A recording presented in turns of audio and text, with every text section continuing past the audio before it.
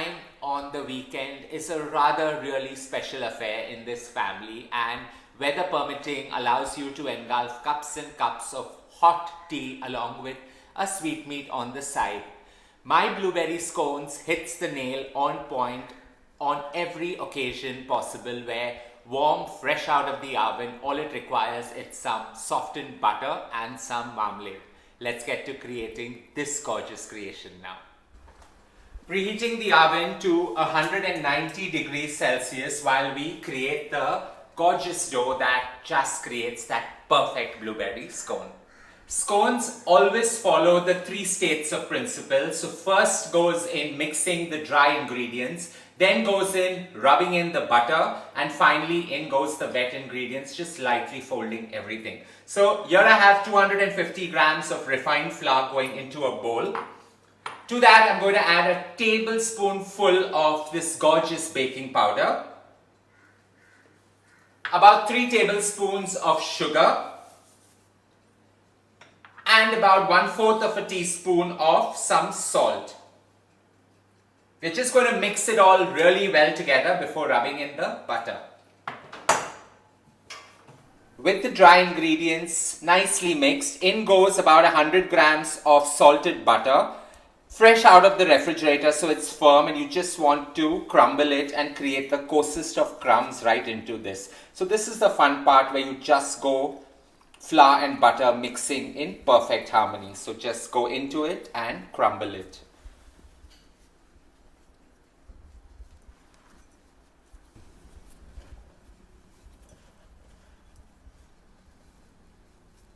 Just pass the butter and the flour through and through each other till it crumbles really well with each other, resembling the coarsest of breadcrumbs, or what I like to call wet sand on a deserted beach. So crumble it and keep at it, and ensure it's nice and cold. So that's one thing that you have to make sure of while creating this as well. And where you feel the coarse texture, and it's all about knowing when it's just about right to add in the blueberries and the wet ingredients together. So crumble away till it resembles semolina or fresh breadcrumbs, or even the just about wet sand. And now it's time to add in about 1/2 cup of dehydrated blueberries going in. So 1/2 cup of blueberries, we're just going to toss it along with it.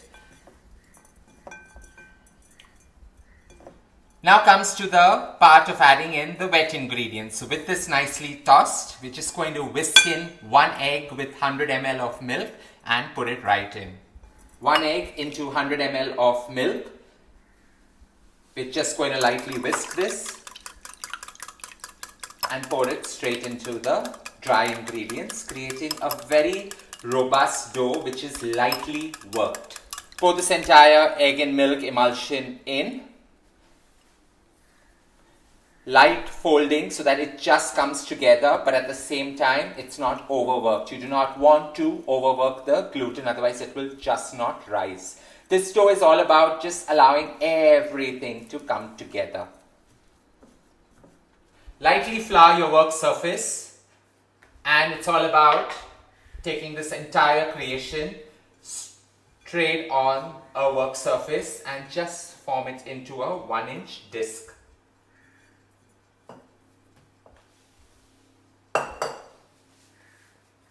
Hold it together, but at the same time flatten it down, not too much of working this creation. About 1 inch to about 3/4 in size is perfect for this gorgeous blueberry scones. Scones take on various different shapes, and they can be round, they can be square, or like how I'm creating a perfect pizza wedge. So we're going to cut this into half with the back of a knife. Cut it again into half, and just divide each one into half again and half again. On a parchment lined tray, this goes, the perfect triangles, and just leave a gap of about 1 inch between them so that they bake perfectly and are not too worked up in this creation.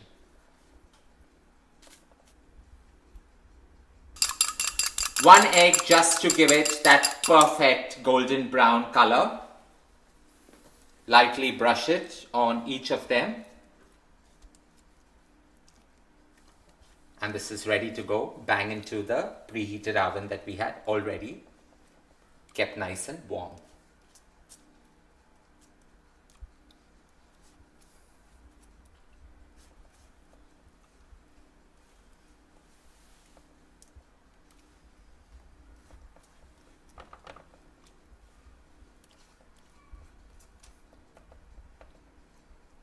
"20 minutes at 190 degrees Celsius and my warm, inviting and welcoming blueberry scones are ready to be enjoyed for tea."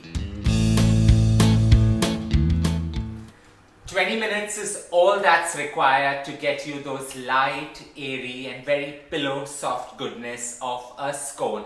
The light golden brown color on top is perfect, and one of my favorite hobbies is watching the color change right from an opaque white to a golden brown. With these done, all I'm going to do is take it out, plate it and enjoy it.